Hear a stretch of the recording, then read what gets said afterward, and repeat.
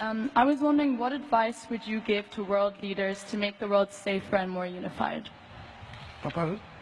I was wondering what advice you would give to world leaders to make the world more safe and unified. Oh, thank you. It's a very interesting question. I don't have ready-made answer, but I think the leaders will discuss, talk, and find a solution. Thank you. This side, please. On my right.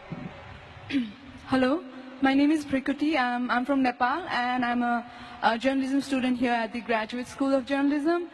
First of all, I would like to congratulate your government for holding the third phase of elections. My question is, how does your government look forward to resolving the crisis in Madhes that's been going on for over 2 years since the new constitution was promulgated? And also, since you talked a lot about good governance, how do you defend the largest cabinet that you have right now in Nepal, Nepal politics? First of all, I would like to answer about the cabinet members, According to the constitution, 10%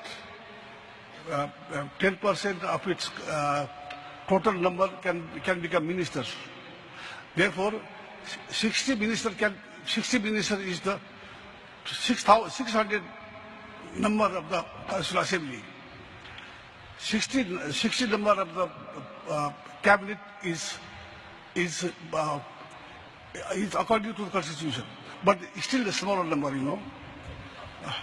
Regarding your question about issue of Madhes, we have entered into dialogue. We try to accommodate their some of the legitimate demand by amending the constitution, but unfortunately we couldn't pass the amendment because we need 2/3 of majority to pass the constitution. Therefore, we couldn't pass the constitution. Accordingly, we tried to accommodate their some of demands, but I think they realized and therefore they participated in the local election. I think they also understand the position right now. In future, Nepal's constitution is very much flexible. It can be reformed according to the wishes of the people. Thank you very much.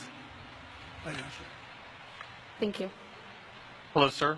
Thank you for being here. My name is Kevin. I'm a graduate student in the history department. I have a question for you. As the leader of a country who went through a natural disaster a few years ago, what is some advice you have for international organizations or the international world community regarding responses to natural disasters happening right now? Yes, thank you very much for your concern about natural disaster, because Nepal is witnessed devastating earthquake recently. Unfortunately, still a few months ago, we had a devastating flood in the southern part of Nepal.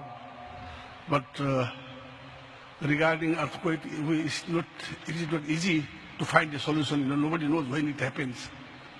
We have to have a preparedness. Therefore, Nepal is very much aware of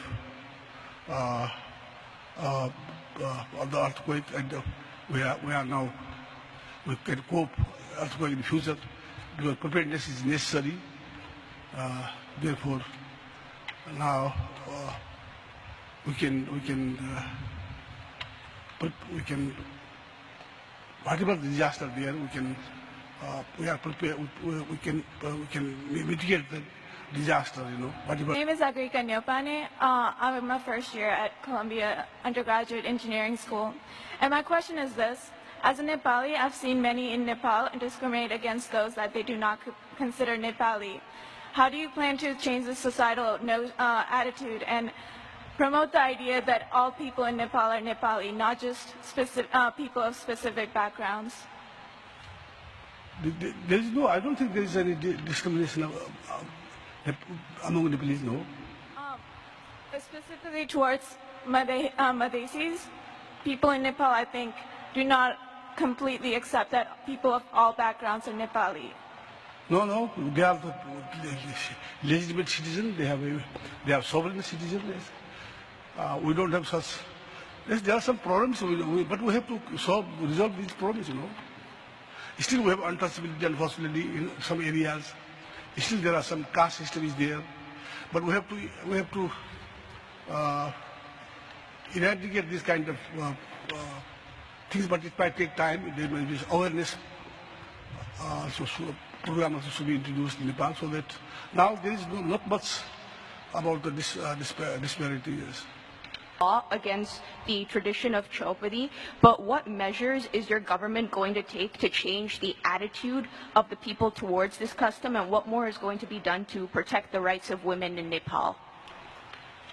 May I interject to ask you to explain that for those who are not familiar with the term in the audience? Thank you so much. Okay, thank you. Chopadi, I believe, is where women who are menstruating, during the time of their menstruation period, they have to be sent outside of their houses and they have to stay in huts.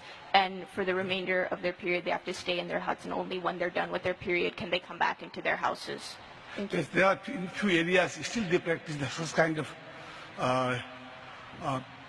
inhuman and illegal activity, but legally they are not allowed. Nobody can allow a woman to have during the menstruation time they will be sent, they will be driven out from the house. No, but there may be some practices. Maybe it is all illegal. But what measures is your government going to take? We just punish them if there is a report. There was a lot of trash this year, and the trash was never removed from Mount Everest, and there's still a lot of trash. We have to have, yes, I agree with you. And the wage rights of the local community that serves these tourists. We have to encourage local community, as well as the government should raise the money to clean, to trash, to remove the trash. But yes, there will also, unfortunately, we don't know, but we have to tax the climbers as well, so yeah, they should also pay. Yes. All right, thank you. Yes, thank you.